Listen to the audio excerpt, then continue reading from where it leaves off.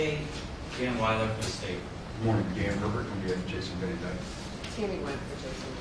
Elizabeth Fleming for Jason.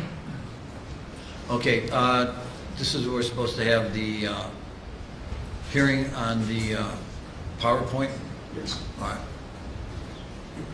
Judge, I spoke to Ms. Fleming this morning. I spent an hour last night trying to match our photos to their PowerPoint and suggested maybe we have a joint conversation to see if we... Sure. All right, why don't we have all right, we're going to have a short recess. Come on inside for issues conference, then, please. Okay.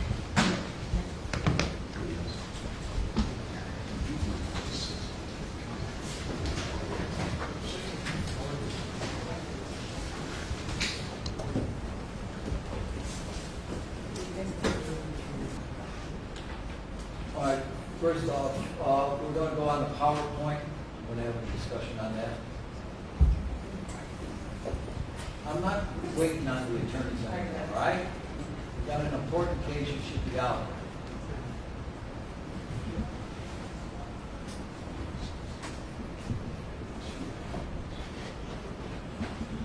All right.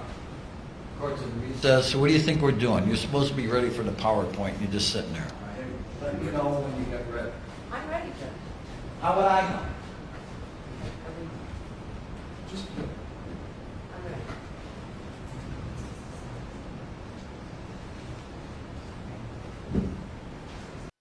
The issues involved in PowerPoint. Right. Thank you. Judge, at this time we ask that the PowerPoint presentation presented by Dr. Shiffer-Tees yesterday be admitted into evidence as substantive evidence. She used most of the, actually all of those pictures have already been entered into evidence by the state. She laid a foundation before she presented the PowerPoint and used those autopsy photographs in formulating her opinion. State, go ahead. Your Honor, the state is not objecting, although we disagree with the statement. I'm sorry. I couldn't hear you either. Judge, the state is not objecting, although we disagree with the statement all the pictures were put into evidence.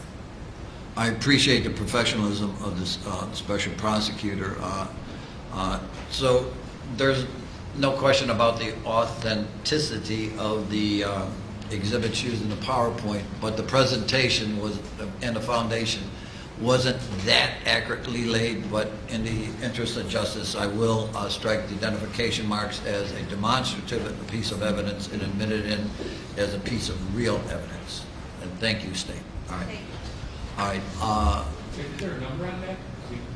The same number they used before. All right. I'm not doing this right now, Mr. Cullum. All right.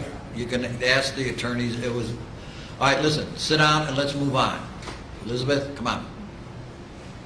All right. What's the next offer of proof that you're going to make? Defense.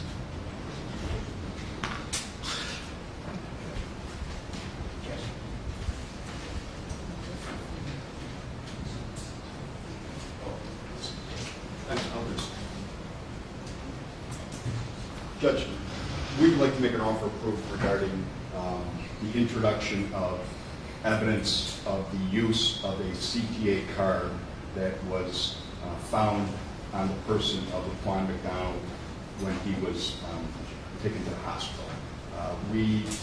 The offer of proof is that we would agree, we don't have video to show that it was Laquan McDonald using this card. We don't have video of Laquan McDonald on the bus or the train. However, we believe that it's a reasonable inference that the jurors can take is that this card was found on Laquan's person when he was taken to the hospital. And this card, we have evidence from the CTA, from records, and it will be produced through testimony that this card was used at, I believe, 8 different locations from around midnight till approximately a couple hours before his death. Thank you very much. State.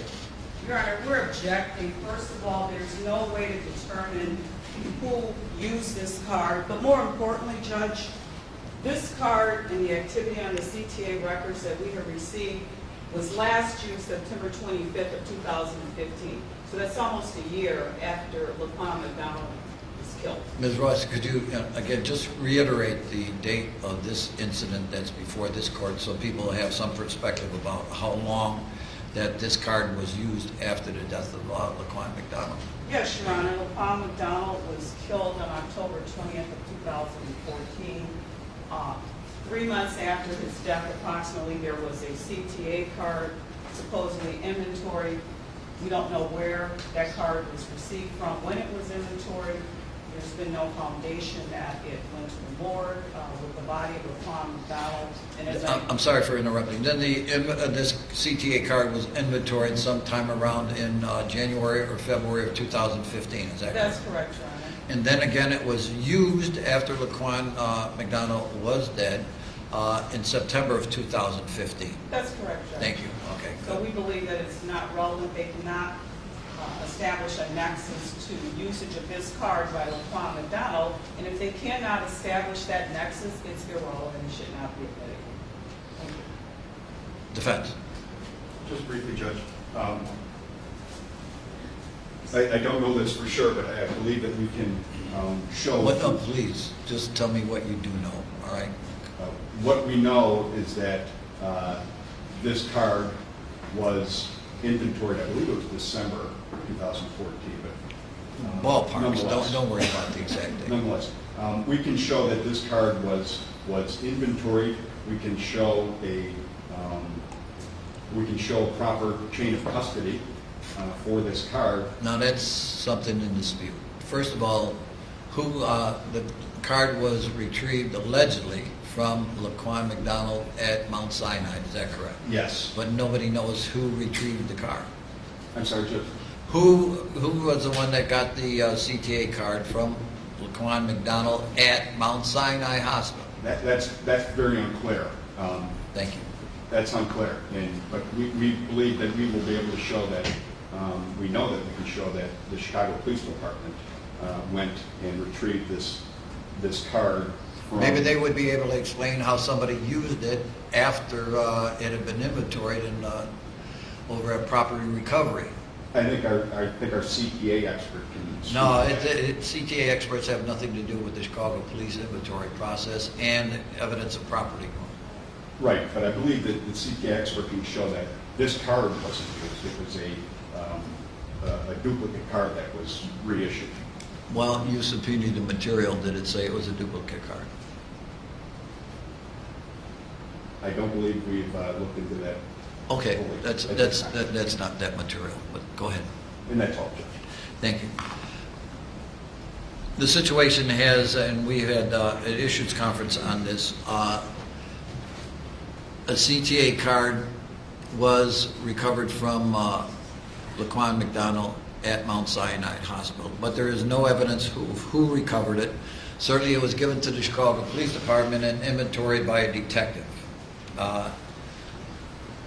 The fact that the card was just, all we know is the card was inventory. There is no, right now we do not have a witness, to my knowledge, that could say that they recovered the card, CTA card, from Laquan McDonald. That's number one. The other is, and I appreciate the integrity of the defense, they said that there was no CTA video of Laquan McDonald on any of these CTA bus routes. And I have to compliment the CTA. They have 10 HD cameras with HD audio on each bus. The videos are the quality of a television program, so if it did exist, it would be there, but they weren't able to do this. So these are the possibilities, not probabilities, that we have. If the card was recovered from Laquan McDonald, that didn't mean he used it. I've had many cases where people have bought or been arrested for having event tickets either to a sporting event or a concert, and there was no proof that they were the ones that had taken it from the individual. So they were in possession, but not, no evidence that they were the thieves. Here, there may be evidence, and it's very weak, that Laquan might have been in, McDonald might have been in possession of the CTA card, but there's no evidence that he used it. So with this offer of proof, I'm going to deny the defense's motion to use the card. So, all right, we have another offer of proof, is that correct? Yes, Judge, we'd be asking for an offer of proof on Pablo Castro, a witness that the defense intends to call today.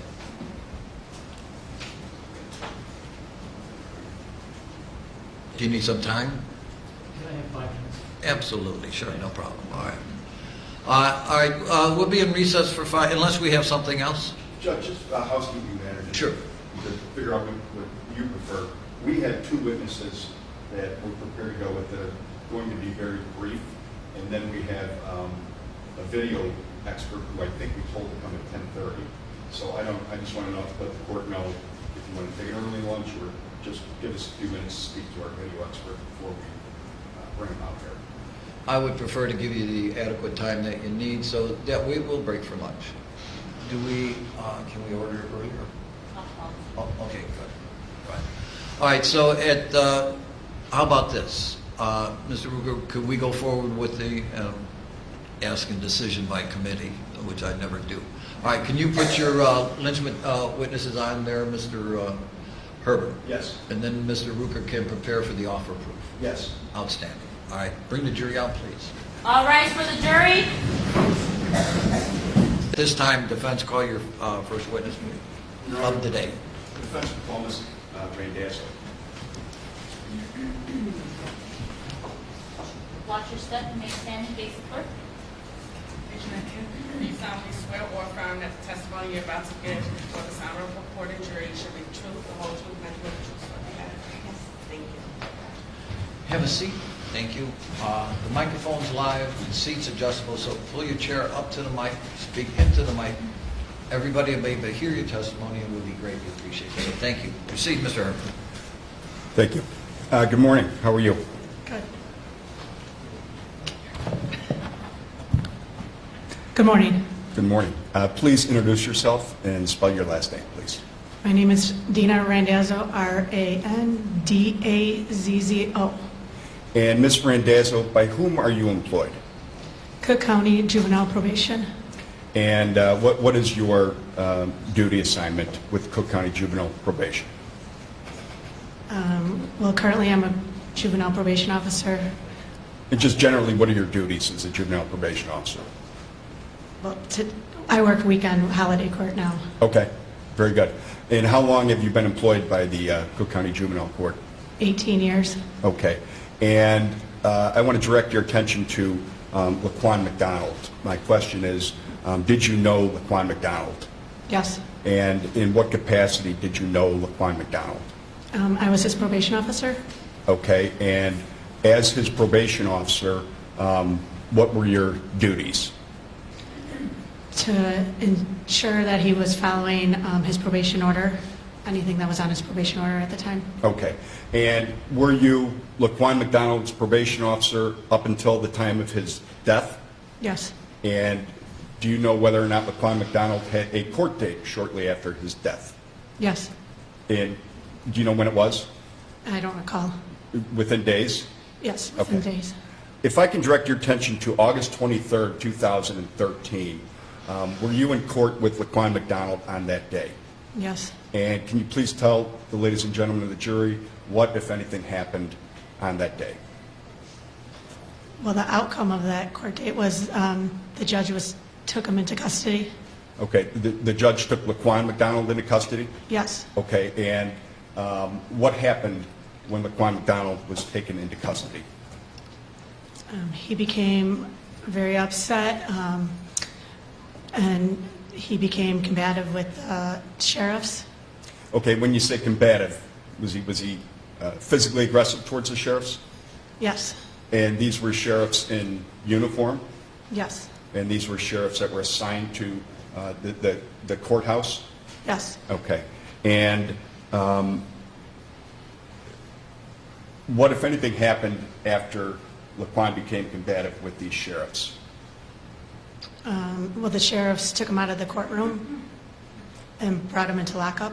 Okay. What, if anything, did you do after he was brought into lockup? Objection. Relevant. I don't know what she's going to testify to. The objection's premature at this time. Overruled.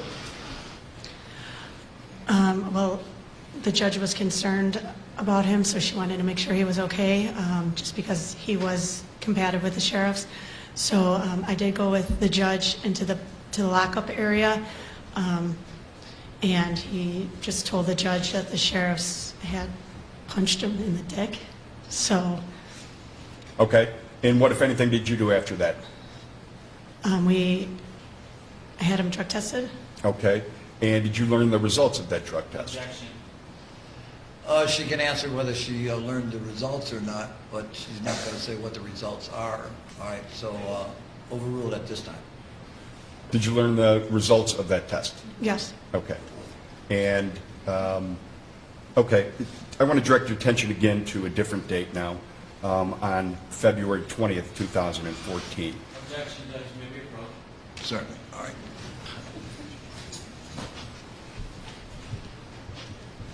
Let us know when you're ready.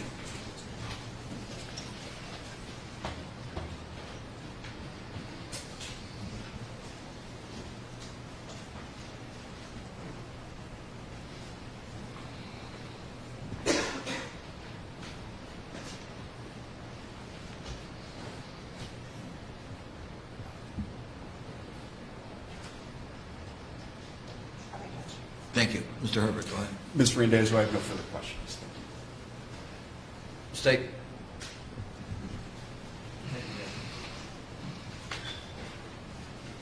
Ms. Randazzo, on August 23rd of 2013, that's the incident that you talked about, correct? Yes. Okay, and on that incident, Laquan McDonald was being taken into custody, correct? Yes. Okay.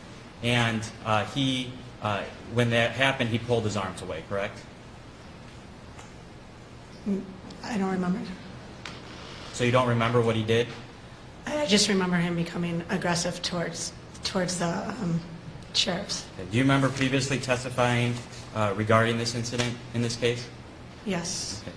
And on May 7, 2018, were you asked this question and did you give this answer?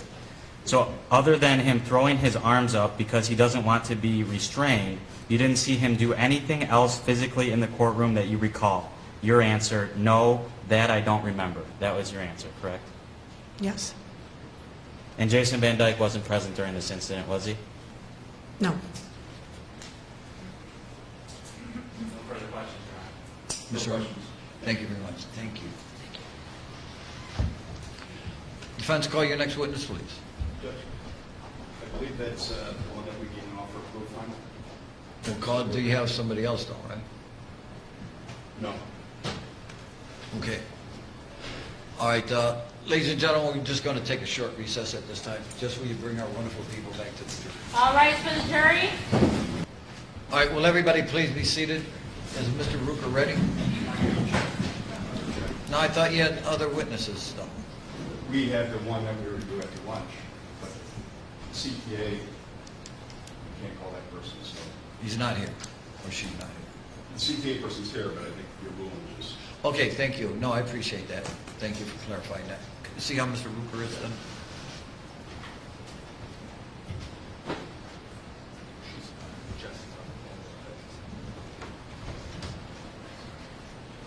Okay,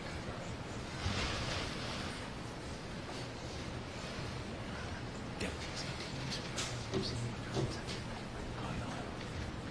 But thank you.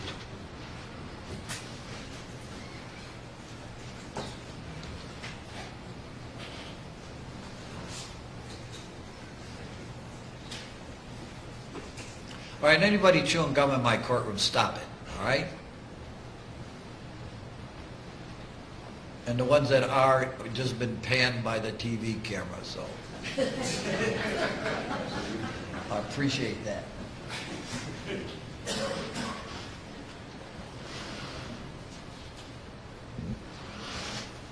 Mr. Ruger, do you need some time? I think we do the offer. Just an aside, to show the professionalism of Mr. Ruker, he was involved in an automobile accident, got a gash in his head, and he came directly here to court because of his duty to his client and his profession, so I want to compliment you on that. Judge, if the officer were to testify, is he to testify? Come on out here so people can see you. going to testify that he responded to, he All is right, who's the officer? Casper, Pablo Casper. Thank you very much. All right, is this a line officer or is this somebody that works inside? Line officer. Okay, go ahead. He and his partner responded to a call of a woman who was approached by a male asking her for her car. So they responded to that location. They drove up to that location. They were met by the woman in her car, who pointed to a male black running away. One officer called him over.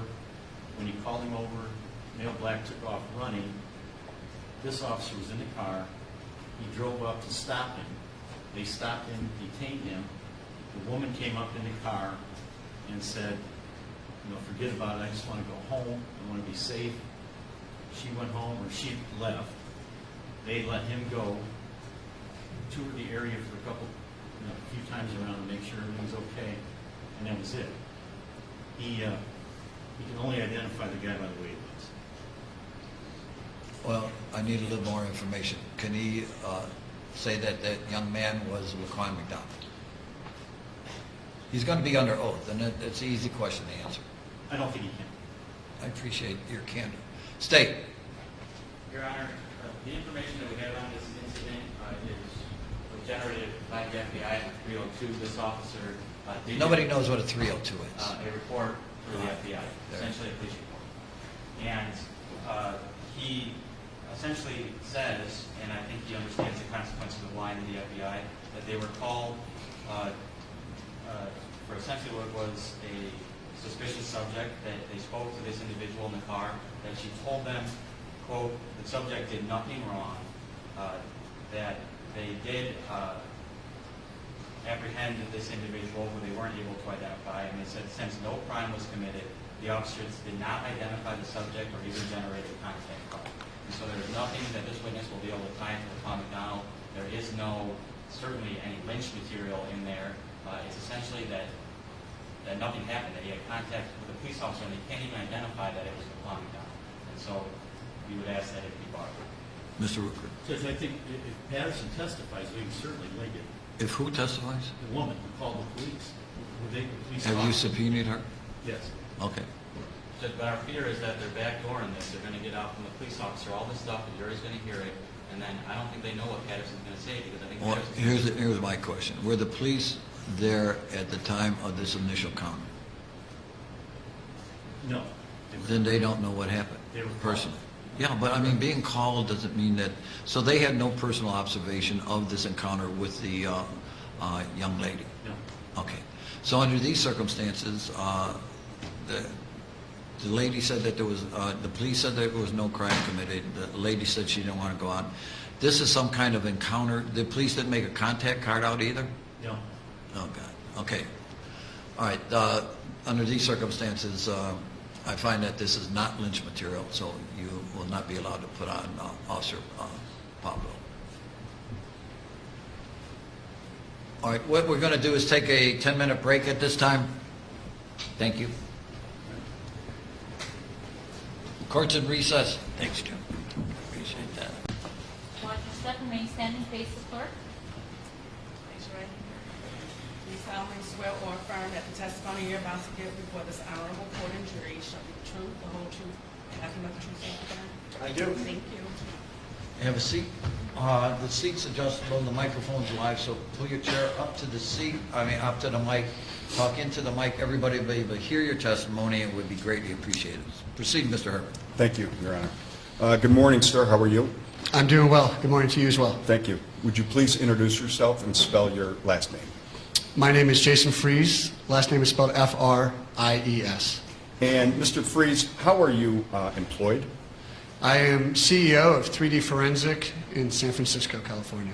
And tell me what CD Forensic is.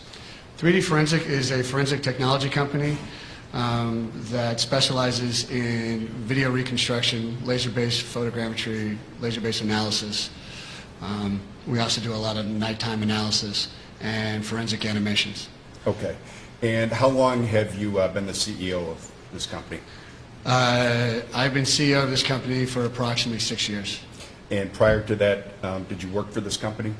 No, prior to that, I was president and shareholder of a company called Precision Simulations, which does identical work.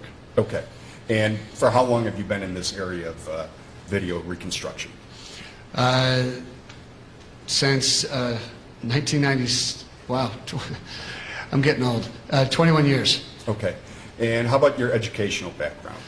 My educational background, used to be a science teacher. I got a degree, Bachelor of Science in biology, and so I have a background in science before I got into forensics. Okay. And do you have any specific training in the area of video reconstruction? Yeah, I had the opportunity to go and be a member of LEVA, which is a organization training of police officers in the use of forensic video analysis for criminal cases. I was the only non-law enforcement officer allowed to go through the training, at least at the time. I'm also been trained by Force Science Institute here in Chicago. They specialize in human factors in relationships to shootings or in any violent event. They also have a video analysis portion training of that program, which now I actually lecture at. Okay. So it was nice to be on both sides of that one. And were you certified by Force Science as a result of completing that training? Yes, I was certified. Okay. And you spoke about the, I believe it was the LEVA organization. Are you involved, do you have membership in any other organizations? Yeah, I am a member of society. It's called SFES, Society of Forensic Engineers and Scientists. It's an organization for forensic scientists. In order to become a member, you have to be invited in. You then need to present and then need to be judged by the standing members to get membership. I've been a member of them since 2000, I think 12 or 13, I don't remember. I'm sorry, go ahead. And then I'm also a member of Forensic Expert Witness Association, which is a national order of forensic experts. Great. And have you been asked to speak or train on the area of video reconstruction? Yeah, I've been asked to, I often ask to go and speak and train at a lot of different law enforcement locations, San Francisco Police Department, Oakland Police Department, LA Sheriffs, LAPD, St. Louis, and I'm recently signed up here to ask to come here to Chicago next month to do them well. But I get asked to lecture and give all over the place. Oh, and UC Hastings School of Law. I also guest lecture there as well. Great, thank you. And you're going to get into your methodology a little bit later, but I want to ask you about laser-based analysis. Are you familiar with that term? Yes, I am very familiar with that term. Okay, and tell us what it is. Laser-based analysis is, in trying to reconstruct video, you have to realize the video is two-dimensional, but it's captured three-dimensional data. We live in a three-dimensional world. So if you want to recreate something three-dimensionally, one of the most important things is to understand and have very accurate measurements of that three-dimensional world. You start from there and you reconstruct backwards. So laser-based analysis is a process of converting two-dimensional data into three-dimensional data. In this case, we have video, which is, in its normal state, is two-dimensional. Our job is to turn it into three-dimensional data. Once it's three-dimensional, that now allows us to do analysis of the incident that was caught on the video. Great. And who are your clients? I've been doing this for 20 years. I've had over 1,500 clients. But typically our clients range on the state side, state of California, state of Nevada, state of Michigan, state of Illinois, state of Arizona, state of New York, state of Chicago, Illinois. But then also federal, U.S. federal government, Attorney General's office, FBI, outside the United States, Scotland Yard. Then we do a lot of work for, we do civil work, so often typically in civil work it's insurance companies, AIG, Coca-Cola, General Motors, Chrysler, and then a lot of private citizens who need our help. So it's, it's a diverse group. Your Honor, excuse me, can I approach your counsel? Yes, please.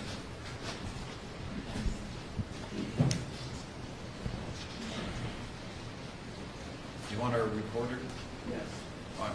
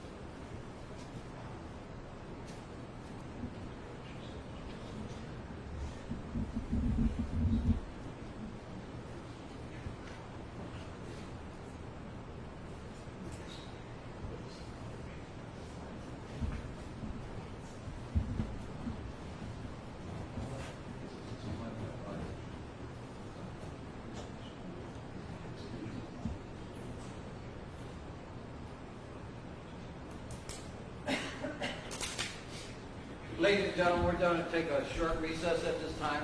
Judge, could you take a one with that? All rise for the jury. Will everybody please have a seat? The prosecutor and the defense are bringing out some legal points.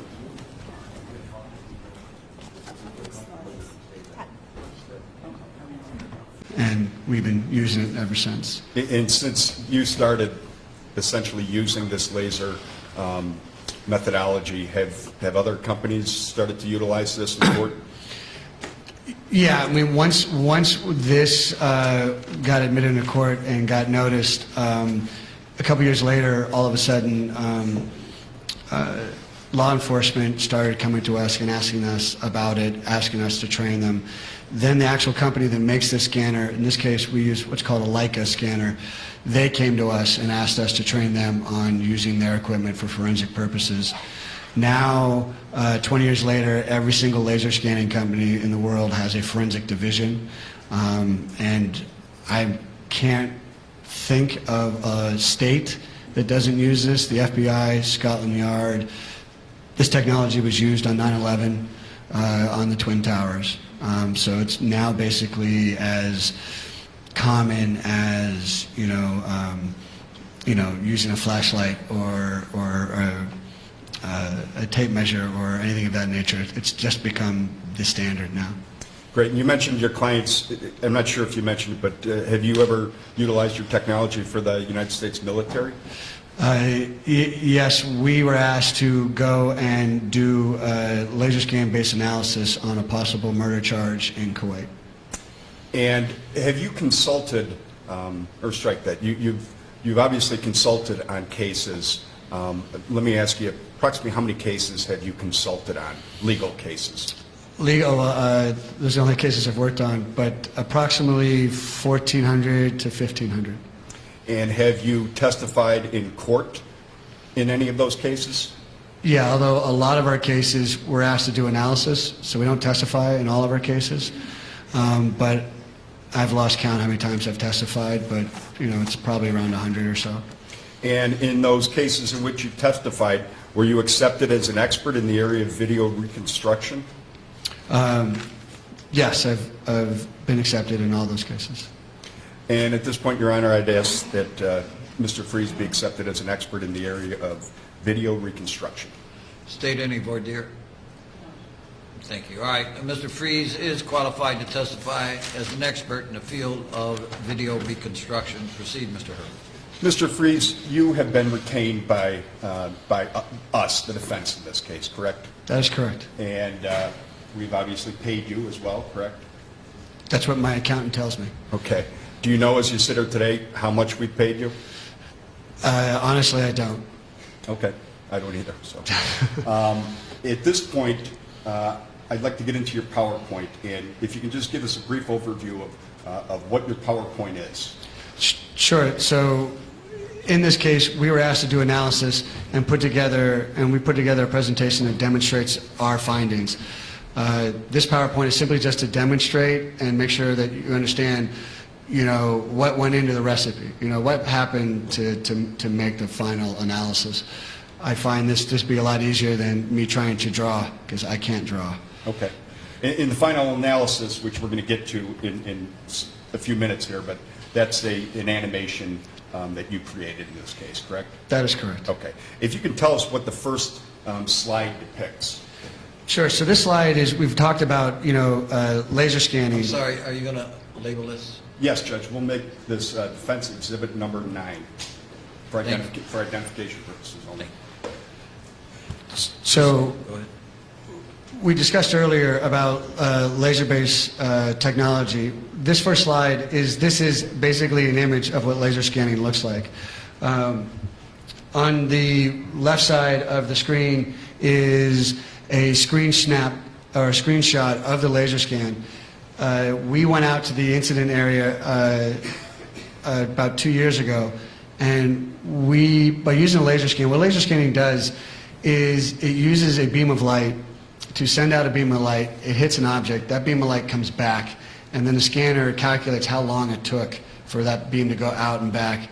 Because the scanner knows exactly its rotation left and right, it knows exactly its rotation up and down, the third dimension just needs to know distance, and that's what the laser does. So if you look on the image on the left side, for example... Mr. Freeze, I'm sorry, I don't know if I told you this, but if you need to mark the computer... Oh, disregard. So right here I circle, for example, you can clearly see that's a tree. The laser scan is able to laser scan the tree. Not only does the laser scan pick up the tree trunk, but it also picks up every single leaf. You can see right here that the laser scan was able to tell that this was a crosswalk. My screen just went blank. There we go. The laser scan can obviously pick up that this is a sidewalk. It can even pick up, an arrow painted on the ground. As you see these things, if the scanner can see it, it can measure it, just like a human being. When you say measure, what do you mean? So when the scanner sends out a dot and it comes back, it measures the exact location of that dot. The accuracy of the laser scan is approximately 4 to 5 millimeters.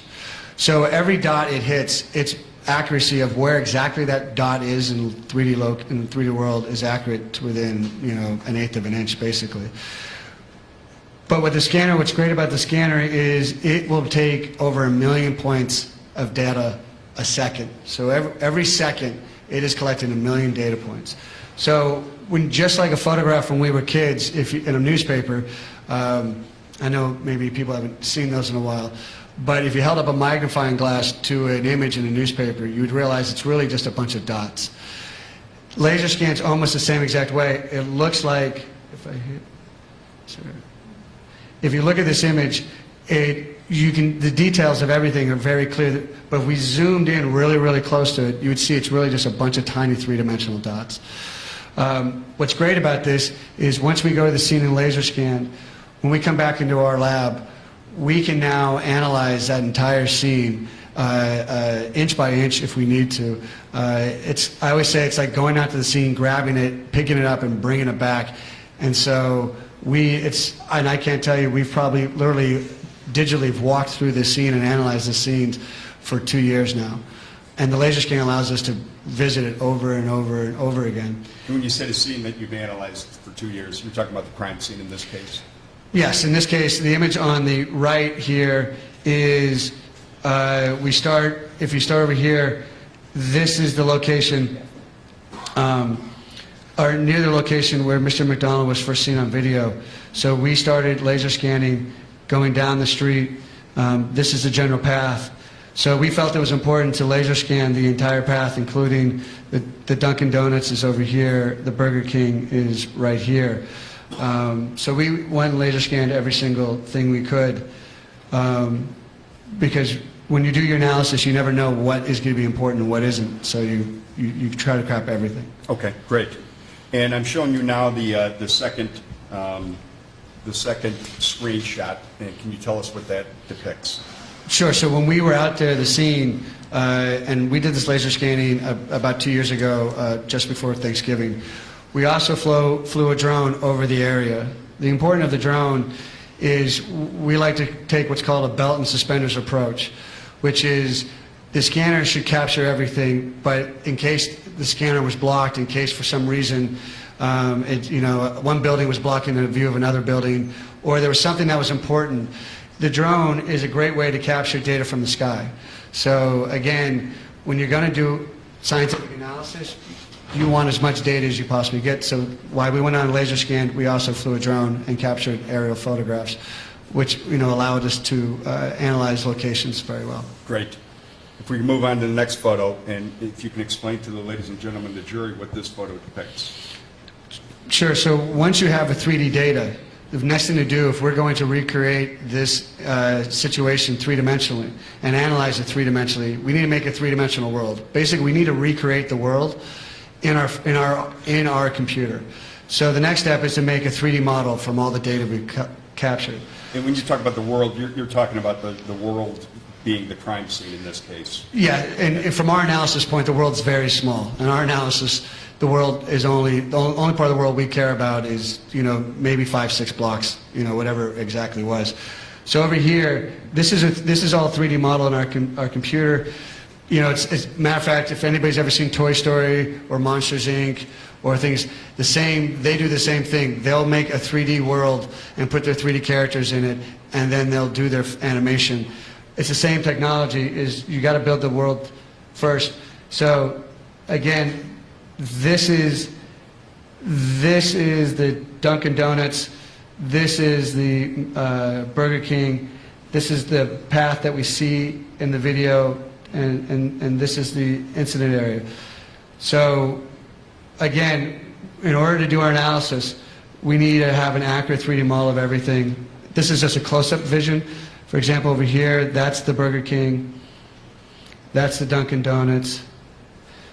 This is the incident area. This is the path. So if we're going to try to figure out what happened three-dimensionally, we got to start with the world first. Okay. And all of this was done in preparation for your ability to create an animation, correct? Correct. These are the steps you go through to get to the final process. Okay, thank you. If you could please take a look at this and tell us what this screen depicts. Sure. So on the left side is a still shot from the dash cam, and on the right side, this is the camera in our digital world. This little guy right here is a camera. So this camera on the right side represents the location of the camera that's shooting what you see on the left side. In doing our analysis, one of the challenges is because everybody is moving in this scene and the camera is also moving in the scene, you have three things moving. And if we're going to try to reverse engineer this incident, we need to reverse engineer the movement of everybody, including the camera. So what you can see, let me clear this. You see these little dots here, right here, right here, right here, right here, right here. These are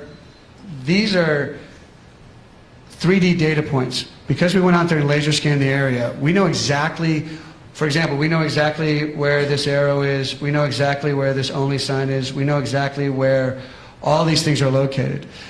So what we do is called laser-based photogrammetry or laser-based video tracking. Same thing. What we do is the software realizes in order for example, in order for the arrow to be on this side of the screen, in order for the center line to be on this side of the screen, the software realizes the camera has to be in between those 2 points. as it is. And so it will calculate every single frame where it must be to line up with this 3D world. And in doing so, we were able to track the camera, and just as you expect when you watch the video, the camera seems to drift to its right.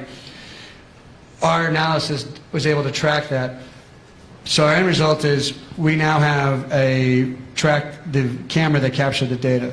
Okay, so if I understand correctly, this represents the camera of the squad car, correct? Correct. We didn't bother to put in a model of the squad car only because that didn't matter. What mattered was the camera. Okay. So, and this tracks essentially the path of the squad car whose camera is capturing the events. exactly. I mean, obviously, the only way it'd be different somehow if the camera wasn't attached to the squad car, but it is. So in essence, we are tracking the squad car, but really it's the camera we care about. Great. And if you can look at the next slide and tell me, and ladies and gentlemen of the jury, what this depicts. Sure. So we were given video from the squad car. We were also given video from a Dunkin' Donuts restaurant that also captured part of the incident. What's nice about this is, again, the belt and suspenders approach. We have two cameras that happen to be almost perpendicular to each other. So this camera happens to capture very well the location of the squad car, Officer Van Dyke and his partner, and it even was able to capture another squad car coming up. So because we know exactly where this camera is, we laser scan the Dunkin' Donuts. We know the camera is located over here on the right. We know its exact location. It's above the awning. The camera was still there when we got there. So knowing exactly where this camera is, it allows us to track exactly where all these things are, and then allows us in our 3D model to reproduce it to where it matches. So we have one camera showing us a left and right from its perspective in a distance. We have a second camera showing us left and right perspective as a distance. And again, if we did our analysis correctly, if we match one camera and then we watch our animation through the second camera and should match perfect. They should both match each other because they're capturing the same event. And did you do that in this event? Yes. So we first analyzed it from the dash cam, put everybody based on the dash cam. Then we watched the event through this camera, and we were extremely close. The second camera did allow us to make some adjustments, which we made. So having both of them together really allowed us to make a very tight fit. Okay, great. If we can move on to the next slide, if you can tell us what this slide depicts. So one of the things when we do this is in trying to figure out, we were given an ME report, coroner's report, that had all the bullets listed on them. And if you go through the report, it gives you the data that you need to reverse engineer what the coroner felt was the trajectory path of each bullet. They will give you measurements, they will give it in inches, they will give you locations. And like anything, just as the coroner was looking at these bullet injuries and describing them three-dimensionally, we can then take that data and say, okay, let's reverse engineer that bullet trajectory three-dimensionally. So we just followed, their recipe basically.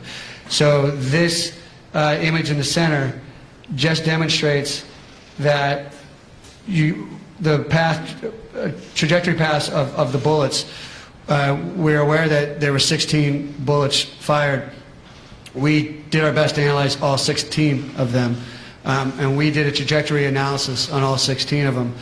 This just demonstrates basically that bullets are coming from a bunch of different directions, which lets us know either A, there are multiple shooters all around this person, or if there's a single shooter, that this person is spinning and moving.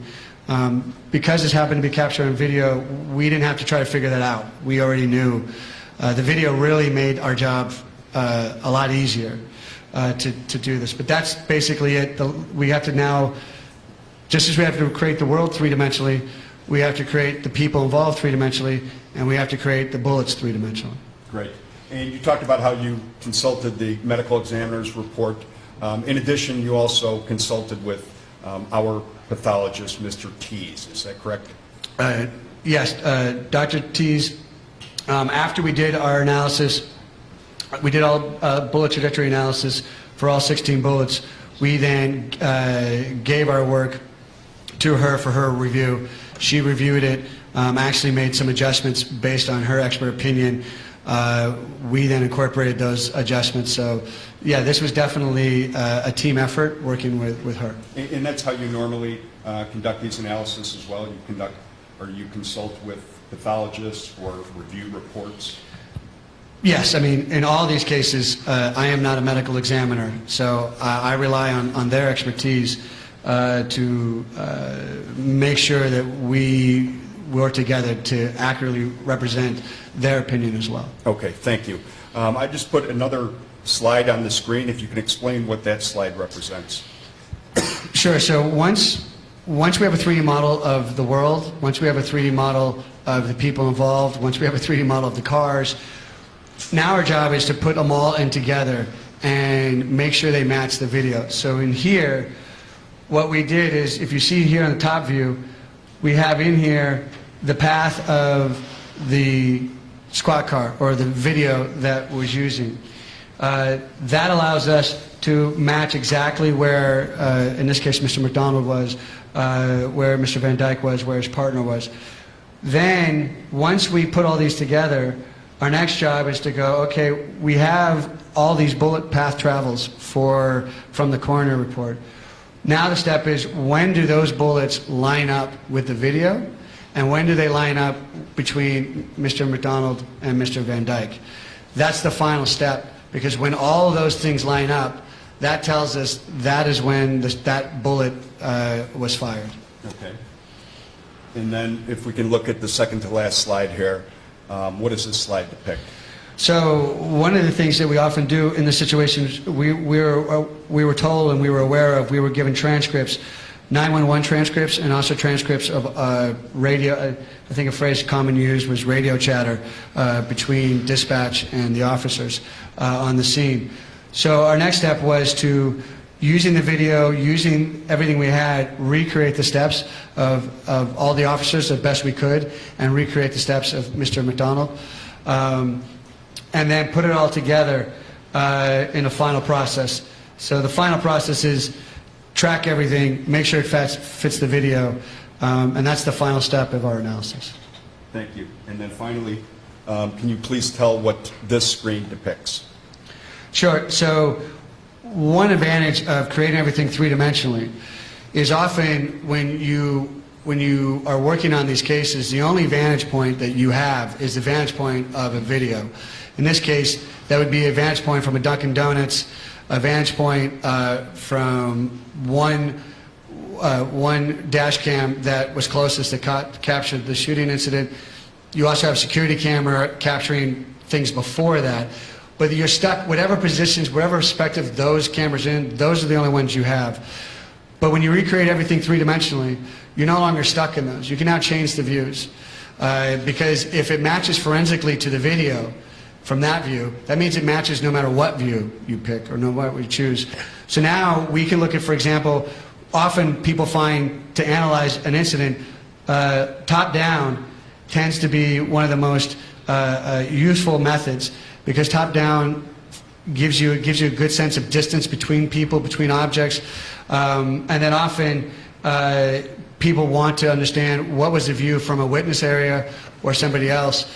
In this particular situation, we can now put a camera over the shoulder of, in this case, Officer Van Dyke, and we can now watch it from these different perspectives, because often these different perspectives will educate and give you knowledge and information that you just couldn't get from the video perspective. So the overhead shot, you said that is useful in assisting you determine distances better, correct? Well, for example, yes. I mean, once we have it all down, we can go, what's the distance? When we're going to measure this, top down is a natural, method of measuring a distance from one place to another. I'm sorry to interrupt, but how does that compare with the video from the dash cam as far as its ability to measure distances? Well, if you think about it, if you are recreating the dash cam three-dimensionally, then the dash cam is perfectly good to make measurements from, because in the end, if you think about it, that's what we did. But if you're saying, I'm not going to build a three-dimensional world, I'm simply going to look at a two-dimensional world and start to take measurements, it's extremely inaccurate, because every pixel equals a different distance. You know, if pixels closer to the camera represent a larger distance than pixels far away from the camera.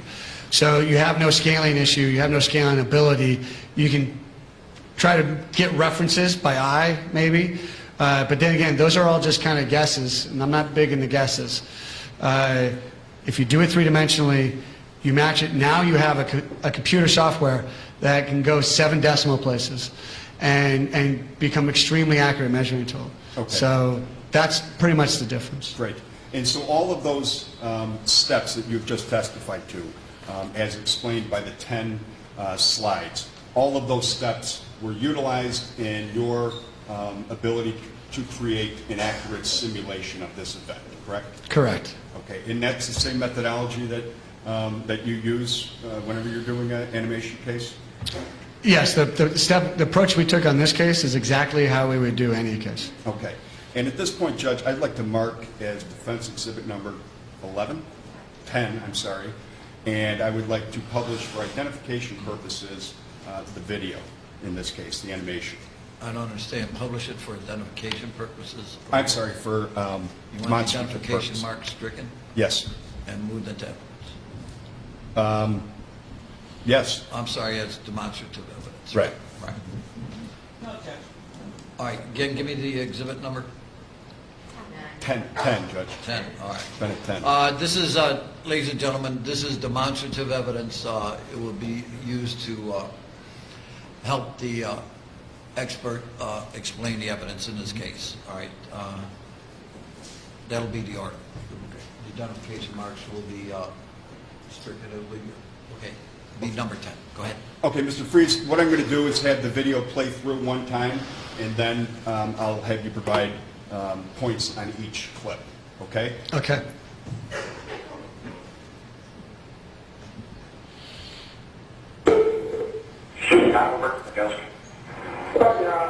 I'm here at Top 41 on Julia.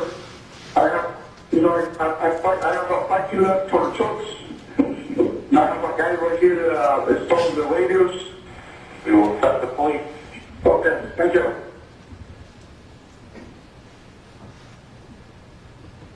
Today, holding citizen 4100 killed there by the United Rental, a male who he caught breaking into trucks and stealing radios. He's holding them.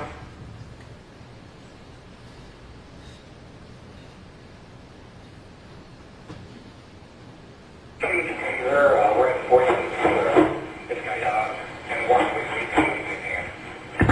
Anybody have a taser on 401 Keeler, 2015 Robert, looking for a taser, armed offender.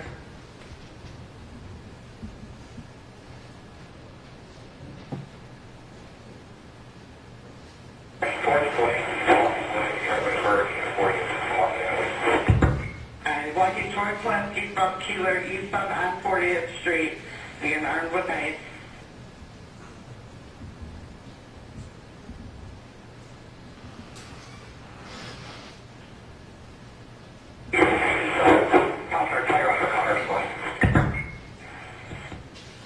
Top. Anybody close? 401, they're more by 45 round, 2 blocks away.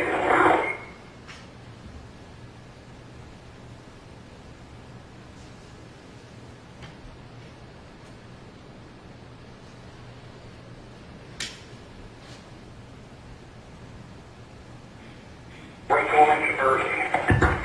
And into the bird, I see it pulling up.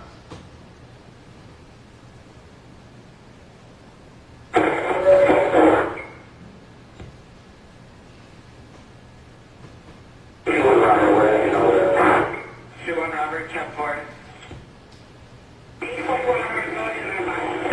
41 Robert, 10-4. He is 10-6.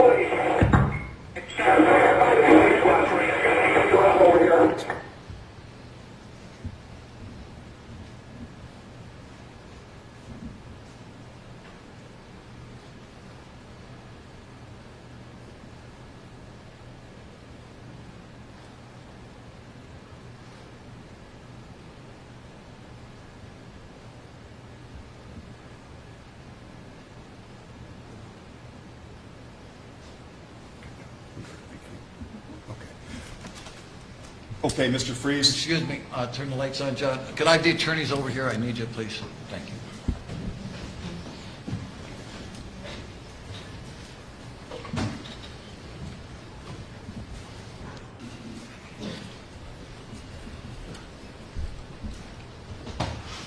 Again, let us know when you're ready, please. Thank you.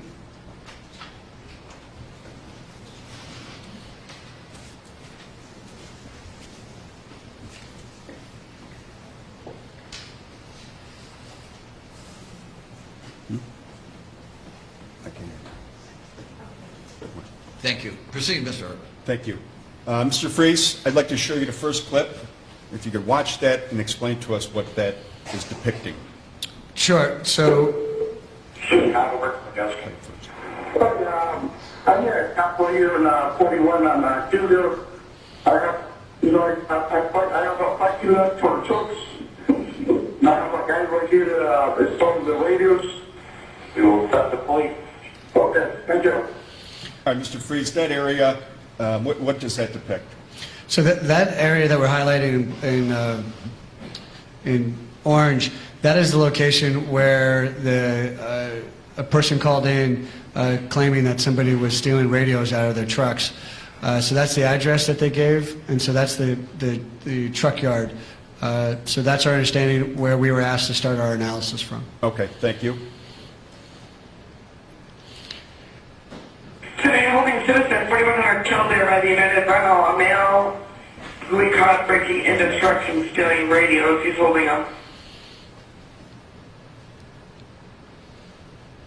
Okay, Mr. Freeze, earlier you heard the radio dispatch send out an assignment regarding a call, and then we saw that red line. If you can explain to us what that indicates.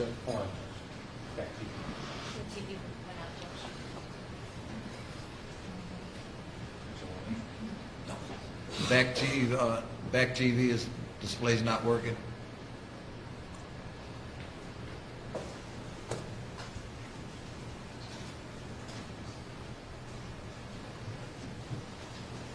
Okay, we're good. Thank you.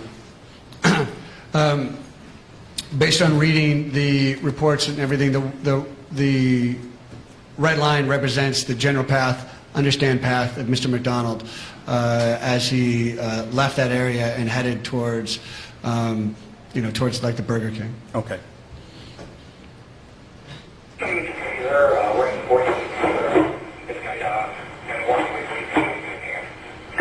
Okay. Anybody have a taser on 401 Keeler, 315 Robert, looking for a taser from defender. And it shows that Police Unit 815 Robert. That was the first unit that encountered Mr. McDonald, correct? Yeah, that's our understanding. It's the first one that encountered him based on the report. And what did that just show?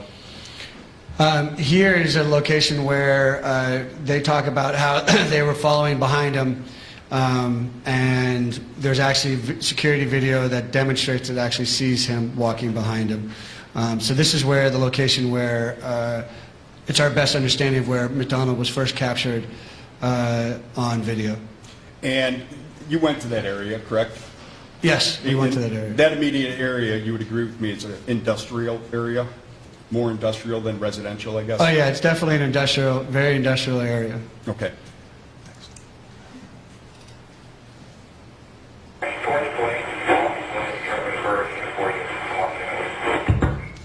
Walking towards West, eastbound Keeler, eastbound on 40th Street, being armed with mace.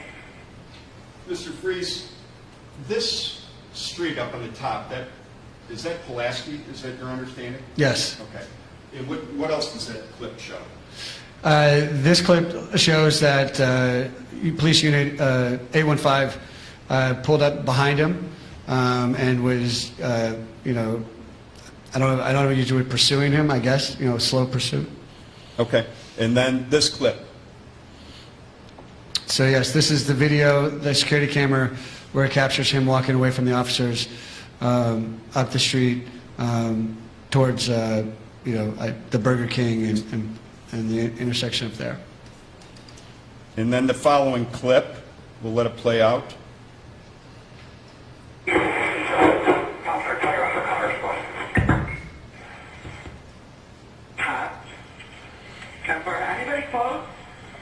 40, they're more like 45 round, 2 blocks away.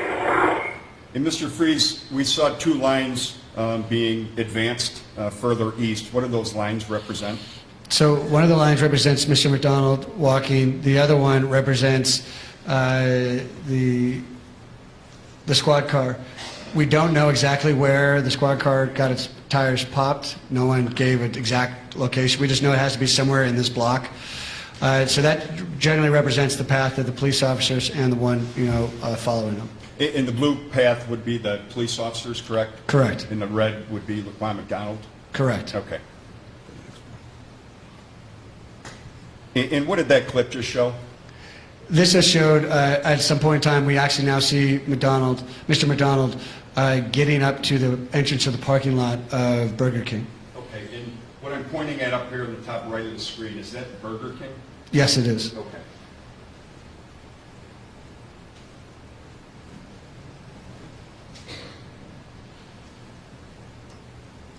Okay.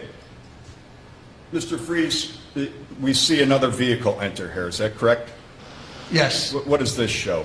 This shows that from dash cam video, we can pick up that Police Unit 318 and Police Unit 813 and Unit 845 show up to the scene trying to cut off Mr. McDonald at the Burger King. We're going to Burger King. And into the Burger King, I see it pulling up. Just wait.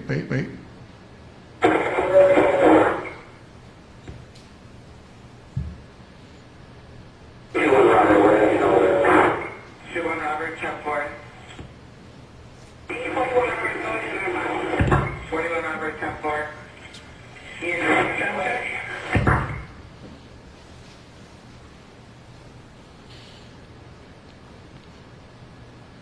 Okay, Mr. Freeze, what did that just represent? What we're representing now is the path that the two police vehicles took in pursuing Mr. McDonald. Unit 815 turned around while Unit 845R actually drove over the sidewalk. So this just shows the path of Mr. McDonald and the two police vehicles. Thank you. And what does this clip depict? Well, this one just depicts, the location of Burger King, and so, because when you look at it, you don't know it's a Burger King. So this just demonstrates, so we can show it's a Burger King. And the other one shows the location of Dunkin' Donuts. The importance of that one, obviously, is the Dunkin' Donuts had surveillance camera. So the location of the Dunkin' Donuts video camera was very important in our analysis. And again, the red line indicates that's Laquan McDonald, correct? Correct. And then that, I guess would be turquoise or? We can go with turquoise. Turquoise. That would represent 845 Robert Jason Van Dyke's squad, correct? Correct. Okay.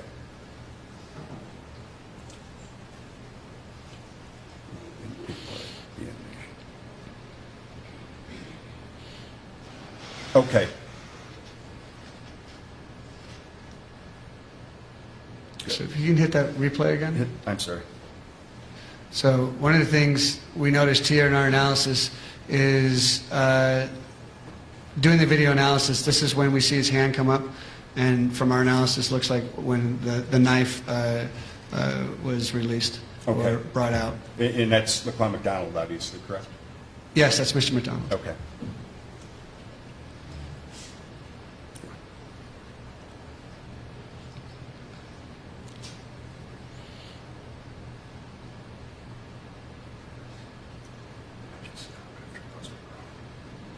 Okay. Can you pause that or no? Or do you want to go through all of them? Just take the next one.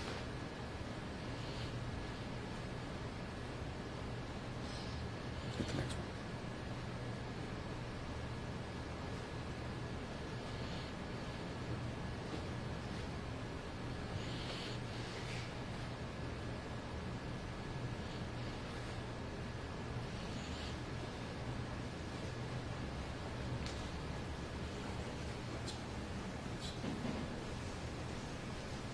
And if I can direct your attention to the distance box where the numbers seem to be going down, if you can explain that to me, please.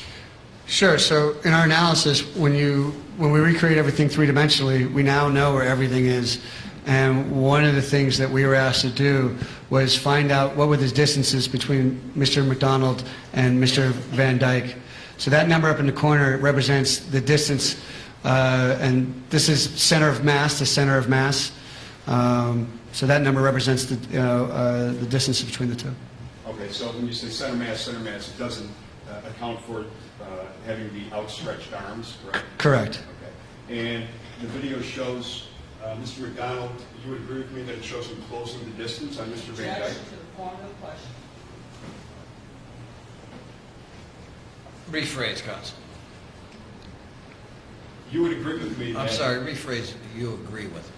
All right, just ask him a Oh, question. I'm He sorry. doesn't have to agree with me. Okay.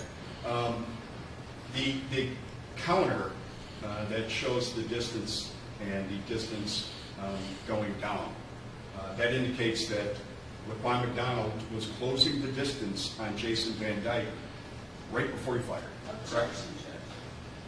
I'll allow you wide latitude on cross-examination. Overruled at this time. Go ahead, you can answer.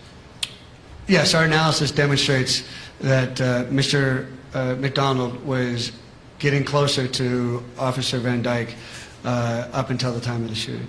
And he went from 39 feet away to about 14 or 15 feet within a couple of seconds, right? I'm sorry, you're testifying right now, and that would be stricken. All right, rephrase. How long did it take Laquan McDonald to get from 39 feet away until he closed the distance to approximately 15 feet away? Approximately 4 seconds. Okay. Yeah. And if you can you explain to us, what we see here is 5 shots, correct? Correct. Okay. And explain that to us.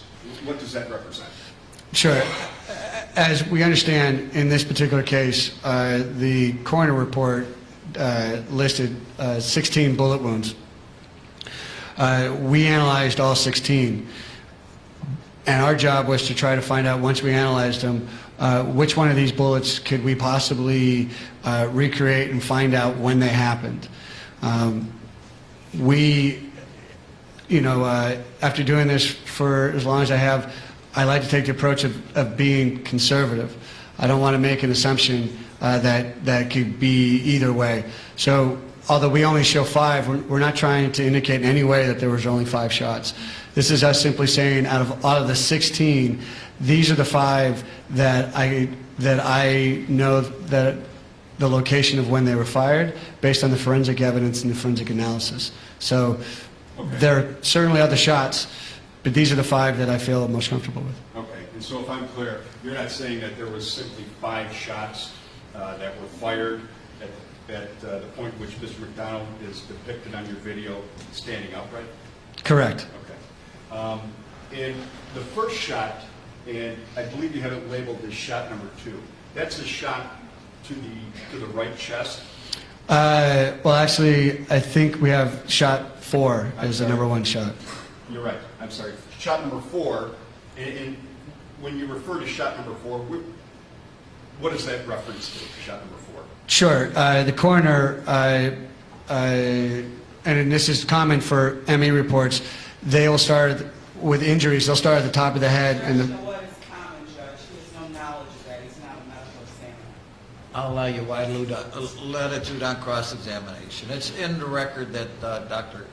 Arun Kumar testified to that overrule. That they start at the top of the head and they number the injuries as they find them, 1, 2, 3, 4, but they don't indicate the order of injuries. So in this case, we are naming them based on the coroner report. So that's where the nomenclature comes Mr. from. Freeze, we don't have a coroner in Cook County. Oh. All right, we have a medical examiner. You should correct them there, Mr. Herbert. Medical examiner. Medical examiner.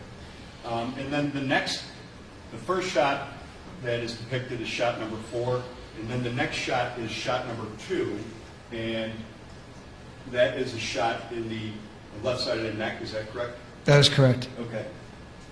And then the next shot that you analyze is shot number 13. Well, yes. I'm sorry. 3. Shot 3. Or shot number 3, I'm sorry. Okay. Yes, and this is one of the shots that Dr. T's, I worked with her. Her analysis felt that this was the entrance wound was in the rear of the shoulder, or rear of the arm, as opposed to the front of the chest. Okay, because the Cook County pathologist had shot number 3 going in the front, correct? Correct. And Dr. T's believed that it went into the back of the tricep area there. Correct. Okay. And then the next shot that you analyzed is 15. 15. And this is a shot that entered just above the buttocks on the right-hand side. Okay. And then the final shot that you analyzed, 11 is a shot into the right shoulder. okay.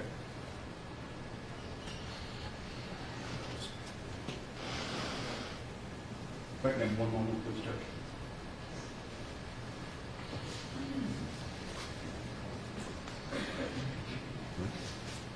You can speak.